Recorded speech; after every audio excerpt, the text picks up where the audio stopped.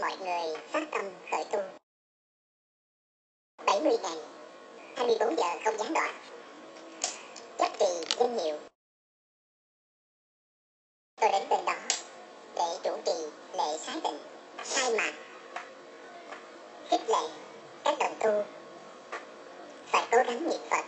Nàng chắc chắn là có. Học được rất nhiều đạo lý, hiểu rõ chân tướng sự thật. Phật nói nguyên lý nguyên tắc cho chúng ta là tâm diệt thì các pháp diệt. Những lời khai thị